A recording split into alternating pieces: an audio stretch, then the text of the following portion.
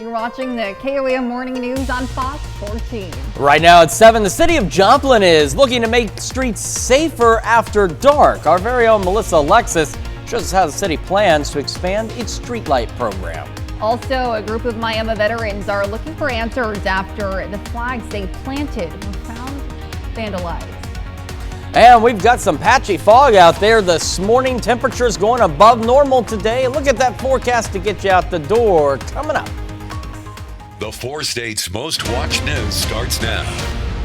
Well, good morning and welcome to the KOAM Morning News on Fox 14. I'm Elise Noe. And I'm Chris Warner. Just after 7 o'clock on this Tuesday morning. It's September the 17th, which means we're just a little more than halfway through the month, and we're just a few days away from fall. Yeah, sure. And while it may...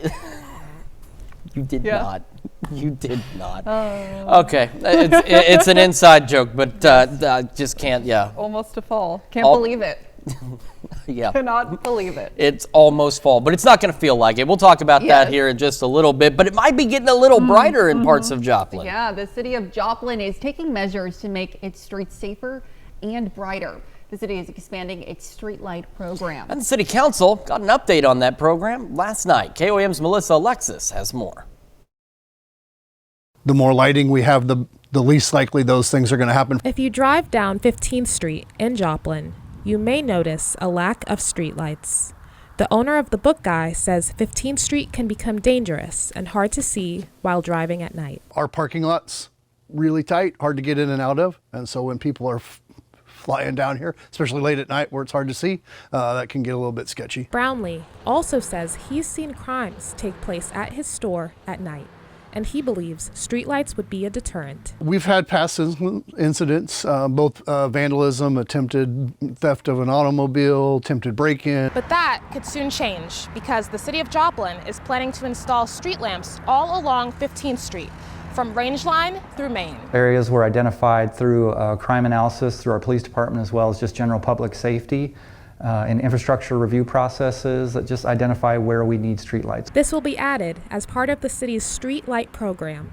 Other areas they're planning to add streetlights to include South Schifferdecker and Pregmore. We're always adding new areas as the city grows, and we add new businesses and new areas of the community are developed that need streetlights. He says the city aims to make sure there are streetlights about 300 feet apart from each other, as long as electricity in that location permits. Reporting in Joplin, Melissa Alexis, KOAM News. Well, the assistant city manager says in the areas they've added streetlights, they've seen a decrease in crime. The city of Joplin will accept feedback on other areas that need streetlights online. Of course, over the last several years, they've been doing this program, a number of new streetlights added, but in my 37 years in Joplin, there's still some areas which now they're beginning to address that have had a lack of streetlights. 30 years later, I'm like, there's still a lack of streetlight, but they're getting on it. They're getting to it, and that is good. And of course, you can put your feedback on the website as well. Let them know where they need more streetlights. And you don't need any streetlights now. The sun's starting to come up a little bit, but we are dealing with some fog. You can see it there from our camera in downtown Pittsburgh. And we've got some patchy fog out there. It's thickened up a bit here on our camera in Pittsburgh, and from our camera at 7th and Rangeline in Joplin. Let me get out of the way and kind of see off in the distance a little bit of that light fog out there. And from the MoDOT camera 20th and Rangeline, again, some improvements here and there. We before we came over here to Fox 14 at 7, just before this, we had seen improvements around Fort Scott, Grove, Miami. Those improvements are gone. Fog Tracker new update. We're down to 0.3 mile visibility in Fort Scott, nearly 0 in Grove. So Delaware, Ottawa counties, Bourbon, Vernon counties, parts of McDonald, Newton counties, Benton County, Barry, Lawrence County. We've got dense fog. The thickest of it's been right along the 69 and 49 corridors, straight from north to south. And we do have a couple of counties with dense fog advisories. That would be Barry and Lawrence counties. And again, we here at KOM, we don't issue the advisories, watches, warnings, any of that. It comes from the National Weather Service office. So they're in charge, and that's where they put those. But again, we got some very dense fog right around the central portion of our area. That that fog will eventually burn off. We'll have mostly clear to partly cloudy skies as we head into the afternoon with temperatures above normal out there. We're a little above normal for some of us this morning. 64 Joplin and Pittsburgh this morning, and we are in the low, mid, and upper 60s across the area. So again, some of you at average, some of you a little above normal, but all of us above normal this afternoon. Upper 80s for our highs, gradually clearing skies will be mostly clear later this evening. We're going to continue to heat up over the next, I mean really heat up over the next few days. And then we've got some rain chances. We'll talk about all that in the full forecast here in just a few more minutes. Elise? Thanks, Chris. Well, a Newton County man is in custody for child abuse after a 9-month-old boy is taken to the hospital unconscious. Jordan Bogus is charged with abuse or neglect of a child. According to the Newton County Sheriff's Office, they received a call Saturday about a child who wasn't breathing. EMS took the baby to Freeman in Joplin and later transferred him to Children's Mercy in Kansas City. Court documents reveal Bogus told deputies he tossed the child into the air to try to comfort him. However, he didn't catch the boy. Authorities said Bogus admitted to bear hugging the child until he quit screaming. The court documents reveal the infant has abusive head trauma, but a full diagnosis may take weeks due to the boy's critical condition. Now, Bogus is due in court October 1st for a bond hearing.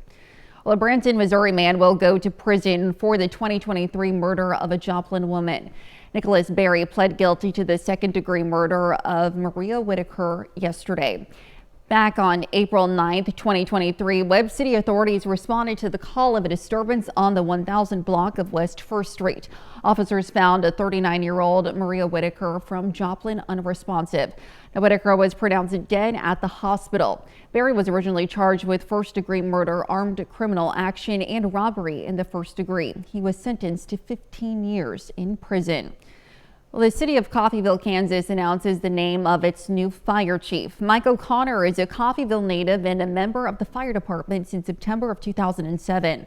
Over the course of his career, he's risen from driver to lieutenant to captain and now chief. O'Connor also teaches fire science classes at the Kansas Fire and Rescue Training Institute and at Coffeyville Community College. Well, Miami Veterans Group wants answers after American flags were vandalized. The flags had been placed around the city from Labor Day to 9/11. The vandalism was discovered as the flags were being removed. KOAM's Lonnie Walton takes us to Miami for the story. Michael Robinson, our flag director, came in and said, "We've got a problem." I asked him what the problem was. He goes, "We got flags cut." Veterans Chris Nida, American Legion Post 147 commander, and Flag Program Director Mike Robinson say it was painful when they found the 15 flags destroyed. Like I said, men and women died for that flag, all the way back to the Constitutional Wars. I can't explain how I feel, sir. And my thing is, I come from a big military family background, both sides of my family. My stepdad was at World War II. I have uncles that were in Korea. The flags were placed along Main Street in Miami in honor of Labor Day. We went to pick up some of the flags there on Main Street, real close to the middle of it, and I noticed that one was cut. At first I thought it had tore, but then we had 3 in a row there, they were cut. The flag service also is a fundraiser for the Post, funding various initiatives. Pays the bills here. That's first and foremost. It pays all the bills to cover our building. Then what's left over, we help veterans with what we're allowed to do. They can't imagine who would destroy the flags. Now they want answers. To know that fellow Americans would destroy our nation's flag is just, I can't understand. I can't fathom why somebody would want to do that. Reporting in Miami, I'm Lonnie Walton, KOAM News. The American Legion did file a report with the Miami Police Department, and anyone with information about the vandalism is asked to give them a call. And those are our top news stories this half hour. Coming up next, we'll have a few organizers from the Labette County Relay for Life in the studio with us, sharing how we can bring more awareness to those battling cancer. And later, Charlene Patton was in the studio earlier with a scrumptious French toast recipe. You're watching the KOAM Morning News on Fox 14. We'll be right back. Welcome back. Relay for Life is an opportunity for community members to come together and support those who are battling cancer. We have Brianna McConnell and Jennifer Gilly, organizers of the Labette County Relay for Life, and they're with us this morning to share how you can help. Welcome to you both. Thank you so much for being with us. So talk to me a little bit about Relay for Life of Labette County for those who might not know. So we have an event every year. This year it's going to be in Forest Park, Parsons. This coming Saturday from 4 to 10. We're going to have theme labs, the Parsons High School cheer, dance, color guard. We're going to have face painting. Oh, how fun. The BB82 food truck. The Parsons VFW is coming to present the flags for the national anthem for when we start. Zumba, Signing for Divine, local DJ Chuck G. He's going to be our DJ for the event, and then we'll have a luminary ceremony towards the end of the evening. That's fantastic. And so just talk to me a little bit about, you know, who's invited to this event and who it goes towards to benefit and just this celebrating and remembering of cancer survivors. So anybody is invited. You can come, have fun. I mean, we have lots going on. So anybody can come. If you're a survivor, more than welcome. 4 o'clock is when we start. So that'll be when we start our opening ceremony. And we have the survivor lap. Basically, what Relay for Life does is we fundraise for cancer research. So the American Cancer Society provides like rides, transportation. There's a 24/7 helpline so that people can call or chat for help, or I have some notes. So they can call 1-800-227-2345. They have the Hope Lodge, which is in Kansas City, so that's I think the closest to our area. They have hair loss and post-surgical products, and of course, like I said, we provide a lot of funding for our cancer research. Absolutely. How many years has this event been going on? Relay for Life was brought in 1989. Wow. So in Labette County, I'm not sure, but I've been involved for about 16, 17 years now. Oh, fantastic. And where can people find more information about this event if they're wanting to do so? So if you go to cancer.org, you can click on Relay for Life and then type in zip code 67357, which is Parsons, or you can just Google Labette County Relay or Relay for Life of Labette County, and it should take you automatically to our website. Fantastic. Well, it sounds like you definitely don't want to miss it. Thank you so much for being with us this morning. Stick around. We're back with more weather news right after this.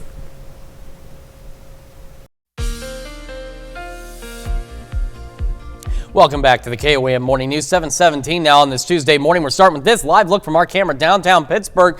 There's the fog off in the distance out there, and you can see it's also building into the city itself. Not overly dense within Pittsburgh, but nonetheless, we've got a fair amount of it out there. And you can also see it from our camera 7th and range line, just a light haze in the city, but off in the distance is that fog out there.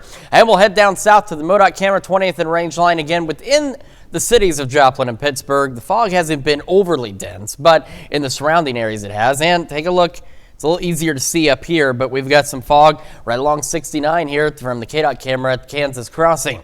All right, here's a look at the fog tracker. And again, the densest fog so far this morning has been right along the 69 and I-49 corridors from north to south. Grove down to almost zero visibility again around the Grand Lake area. 1.5 miles in Anderson. 0.3 of a mile in Fort Scott. So we're talking 54, 69, 49, 44, 60. If you are traveling anywhere in these areas this morning, say again from the 69 corridor and points east, you need to slow down, use your low beams, not your high beams. Give yourself time to get where you're going because you don't know what's ahead of you in that dense fog. You don't know what's around the corner.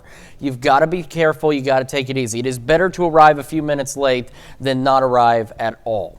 Dense fog advisories. The only ones out there again are for Berry and Lawrence counties, but nonetheless, as we showed you, we are experiencing dense fog across at least the eastern half of our viewing area this morning. Now, of course, eventually that fog will go away, and eventually the clouds will begin to go away, and we'll have mostly clear to partly cloudy skies as we head through our Tuesday. Temperatures today a little warmer than normal and a little warmer than where we have been the last couple of days. which also means, of course, a slightly milder overnight. We'll have partly cloudy skies on our Wednesday, and we'll continue to heat up. By noon, as you can see, a lot of low to mid 80s out there, and it's going to be even warmer tomorrow than it is today. And as we head into Thursday and Friday, we're talking temperatures upwards of 10 to 12 degrees above normal. It is going to get hot. Take a look at Thursday, 5 a.m. We got a lot of low 70s out there, and that is 10 degrees above where we should be as it is. By Thursday morning, there is a wave out to our west. It triggered storms last night. There's some dying storms out there this morning. It will eventually slide a little further east. We could get a few isolated showers, maybe a couple of thunderstorms in the first portion of our Thursday into parts of southeast Kansas. Those won't last long. There won't be very many of them. However, we got that southerly wind. We've got temperatures going well above normal out there. And as that wave gets a little closer Thursday evening, could trigger a few more isolated to widely scattered showers and storms through the evening hours on our Thursday. The best chances Thursday for rain and storms is going to be Kansas and Oklahoma, but a few of those showers could make their way a little further east. And then we'll see continued chances for showers and thunderstorms through the weekend, and we'll talk about that right now.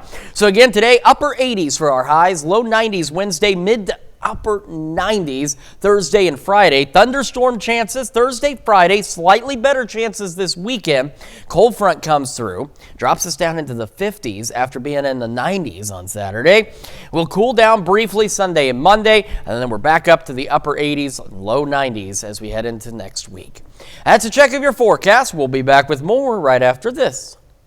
Well, we have Charlene Patton with us down from Topeka, Kansas with the Kansas Soybean Commission, here to share another incredible breakfast recipe for the month of September. And today we're making double apple French toast casserole. How good does that sound?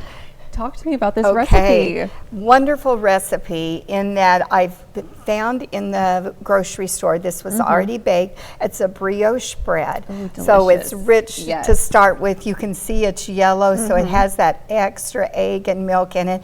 I cut 8 slices of bread into cubes and put half of it in there. So the next step that we're going to do, Elise, here, I'm trying to think how the order of this, is that I'm going to let you sprinkle on the apples. It's going to have kind of a here? Yes. Perfect. All righty. Oh, great. There we go. And then I took 4 ounces of cream cheese, and let's just spread that out just a little bit. Good job there. And mixed it. You want to make sure that it's softened. And then I mix that with 2 tablespoons of melted margarine. You're going to get lots of richness with this. And then I'm just dotting that a little bit. And then what we're going to do, and this is how the soy cream cheese comes. I left it in this little carton that you can find it in the grocery store, is that we're just going to kind of spread that out then. So that as it bakes, then it'll be in every bite. How's that? Gooey, delectable goodness in there. All right, so then what we're going to do is that I have 6 eggs that slightly beaten in here, and you are going to add some ground apple spice. Do you smell that? Amazing. That smells like fall to me. And you know, usually you would use this in an apple pie recipe, but I thought, oh, with the apples that we're doing, this will be great. Delicious. Now this is maple syrup, and we'll add that. You can't have French toast without maple syrup. Yes, we can. You did great. And then we have 1 cup of vanilla soy milk. Wonderful. And boy, this is really easy to put together. And this recipe, you don't have to refrigerate it overnight. So we'll just pour that on it. And then another little step that I like to do is we'll take this little spatula and then just put it down in there. Make sure, make sure that all that, and we're going to put this layer on top. And then just like sprinkle it on top there. Actually, we should have put that on before I put the milk, but I was doing them in the wrong order there. There we go. And you can put them all on. There? Yeah. But that is when I was saying push them down. Yes. That's why I knew that, oh gosh, what am I pushing down on? So actually you'd cover it and then put the liquid on. But just push it down a little bit, because that way all the bread will get soaked with that. Put this in the oven at 350 and bake it for about 45 minutes. It did, every time I've done it, it's been right at 45 minutes. But just take a little knife in there, separate it, make sure there isn't any liquid, and you're good. Take it out of the oven, and it makes this nice casserole. And this is an 8-inch greased casserole, but then you can cut it into squares. And I love serving it with this cinnamon apple topping, which we're going to make next week. Oh, fantastic. But you could also serve it with just maple syrup too, and it's ready to go. Perfect. Well, if people want this recipe, Charlene, where can they get it? They should go to kansassoybeans.org, or they can call our 800 number, 877-KS-SOYBEAN. Well, as always, Charlene, thank you so much. And stick around. We're back with more right after this. The 4 states' most watched news starts now. Welcome back to the KOAM Morning News on Fox 14. It's currently 7:30. I'm Elise Snowy. A Covenant Harvest Church in Pittsburgh breaks ground on a new building. Now, the new building, the Covenant Care Collaborative, also known as the C3 building, will expand the ministry's already existing services. That the community of Christian believers are not just contained inside the 4 walls of this church building, that we really want to serve the community by laying down our lives and exposing to them the love of Jesus, and by that meeting some very basic and important needs that they and their families and their children have. The Covenant Harvest Church is at 615 Frontage Road in Pittsburgh. Watered Gardens in Joplin digs into its annual Empty Bowls event. The event, held at the Joplin Greenhouse and Coffee Shop, serves as a way to care for and feed the hungry in the community. From now through Saturday, patrons can pre-order a pottery bowl handcrafted by local artists. Buyers will later enjoy a serving of soup and get to take the bowls home. Now, the money raised goes to help fund efforts to feed the community. What's new this year? We've got a new venue on our event day, Soup Day, Thursday, November 14th at Suzanne's Natural Foods. And we've also added 3 new pottery studios from Southeast Kansas that have made bowls and donated them to the event. Now, this is the 12th year for the annual event. Well, some Carthage 6th graders took a special trip to Hatcher's Coffee House. Students were able to see what it takes to run a coffee service. Now, the students are a part of the Gifted and Talented Education Services, or GATES, and they plan to launch their own coffee business called Brew Crew. So because they give us so much, they give us an education, and sometimes they put up with our attitude. We came up with this idea, and we all said yes as a class. We were like, this would be perfect because how much hard work they do, and they're always exhausted. The Brew Crew will officially open shop on September 23rd. Now let's check in with Chris for a look at the forecast. Yeah, we've got some patchy fog to contend with. Take a look now at our camera downtown Pittsburgh. That fog thickening up. In fact, fog tracker showing 4 miles of visibility in the Pittsburgh area. So do be careful as you're driving this morning. Our camera 7th and range line. Joplin itself in the city has seen some improvements, but as you see, we still have some light fog out there, and it's also visible off in the distance from the MoDOT camera at 20th and range line. Fog tracker, densest fog all morning long almost has been right along the 69 and 49 corridors. Grove back down to 0.3 of a mile of visibility right around the Grand Lake area. Southern Ottawa County, Western McDonald County. Anderson is just under 2 miles. 4 in Pittsburgh and Fort Scott, just under 5 now in Iola. So we've still got to contend with this. 69, 49, 160, 126. You know the drill. If you're out here, you're driving, slow down. Low beams, not your high beams, and make sure you give yourself time to get where you're going, because again, it's better to be a few minutes late than not be there at all. The only dense fog advisories, again, Barry and Lawrence County. Those continue through 9 o'clock. Fog will eventually burn off, and the clouds begin to clear a bit as well. So we'll have mostly clear to partly cloudy skies as we head into the afternoon and evening hours. Temperatures 64 in Joplin as well as Pittsburgh, and around the region, the majority of us low, mid, and upper 60s. So to some of you, relatively close to normal, others a little bit above normal this morning. All of us above normal later today, with highs going into the upper 80s, fog continuing through about 9, then it should clear out, and skies gradually clearing across the area heading into the evening. It's going to be even hotter tomorrow, and even hotter than that Thursday and Friday, plus there's some rain on the way. We'll go over those details here in just a few more minutes. Elise? All right, Chris, thanks. Well, the countdown to the presidential election is ticking louder, but as more and more mail-in ballots roll out across the country, Postal Service officials are working to ensure a smooth process. And Fox News' Sean Langell takes a closer look at the preparations and why election experts say it could take a while for every state to tally their results. As more states prepare to start sending out mail-in ballots to voters, U.S. Postmaster General Louis DeJoy is alerting state election officials that the Postal Service will be ready for the surge in documents ahead of the November election. In a letter, DeJoy says postal employees are already receiving bolstered training, adding officials will work to resolve concerns that some properly addressed election mail can be returned to sender. But just because mail-in ballots are going out with more than a month until the election, it doesn't mean all votes will be counted before then. On election night, we can expect to be in suspense. That's because some critical swing states like Pennsylvania and Wisconsin have laws that prevent mail ballots from being opened until Election Day. Michigan was the third swing state that had this issue, but the Democratic legislature and its Democratic governor passed and signed a law to change that. So now they can open their mail ballots several days before Election Day. Michigan's process is now similar to how most other states handle mail-in ballots. And it's the reason why some states with lots of mail ballots, like Florida, actually report their results faster. Still, other states that see high amounts can take longer to count. In Arizona, you can drop off a mail ballot as late as at the time polls close on Election Day itself. And because political experts say it's normal for vote counts to start changing once states factor in mail-in ballots. It's important not to jump to conclusions with very fragmentary information election night. Wait for the race call. Sean Langell, Fox News.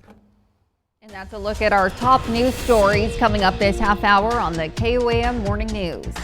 4 strangers take each other on for the right to drive away in a new car. In Consumer Watch this morning, Boeing representatives and union members are set to return to the bargaining table as workers continue a strike against the company. Now, the planned meeting comes as Boeing weighs potential cost-saving measures. Nearly 33,000 workers represented by the International Association of Machinists and Aerospace Workers began striking last Friday after rejecting a contract offer. They are seeking better wages and an increased pension offer.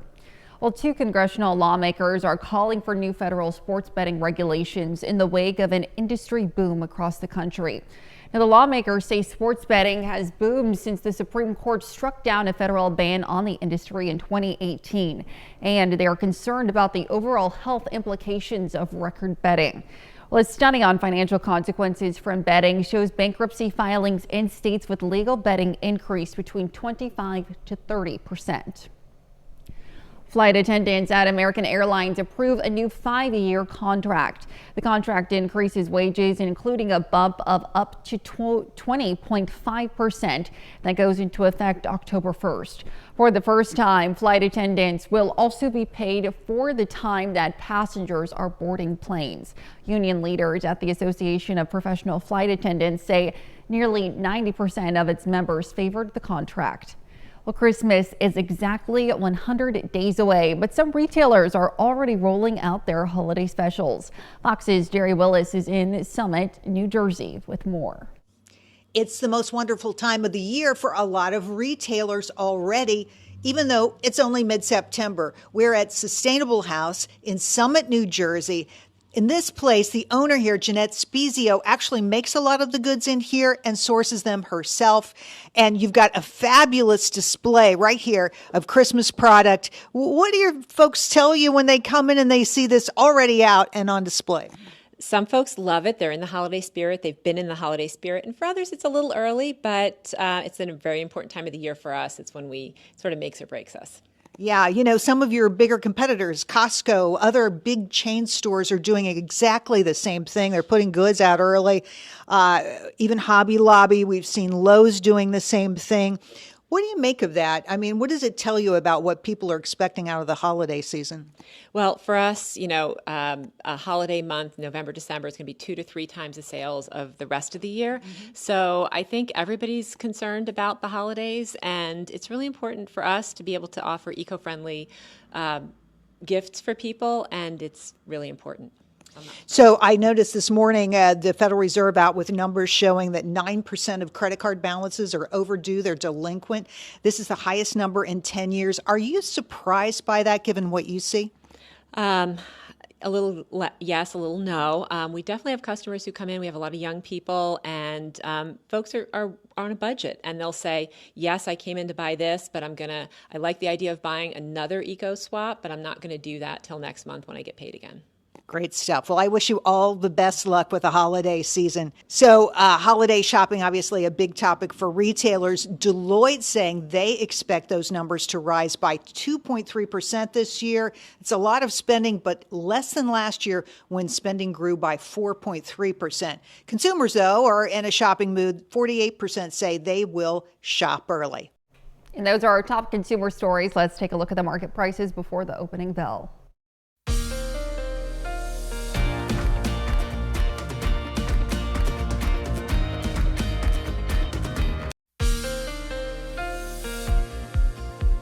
Welcome back to the KOAM Morning News, 744 on this Tuesday morning. Starting the live look from our camera downtown Pittsburgh. You can see that fog is thickening up in some locations out there. So in the city itself, your short range visibility isn't bad.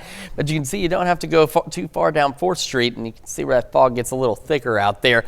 Our camera 7th and range line. Now in Joplin, it's looking okay. But you can see again off in the horizon, we still have some of that patchy fog out there. We'll head down to the MoDOT camera 20th and range line again. Some improvements out there. KDOT camera, 69 Kansas Crossing. You can see it's a little clear up to right here at the top of your screen, but you can see we've got some of that patchy fog there. The fog tracker, though, showing us where the thickest is. So Fort Scott, Miami, Grove, down to very low visibilities out there. Miami now, the lowest they've been all morning at just under half mile. So we're talking 69, I-49, I-44, US 60, any of these highways in between as well. It's been this zone, really, from Bourbon, Crawford, Cherokee, Ottawa, Delaware counties, and points east, where we've been dealing with the densest fog throughout the morning. Now again, the only dense fog advisories out there are Barry and Lawrence counties, but as we've showed you all morning long, from this zone east, basically the eastern half of our area, some very dense fog out there. So again, low beams, not your high beams. Slow down, give yourself time to get where you're going, and as I mentioned earlier, it's better to be late than not arrive at all.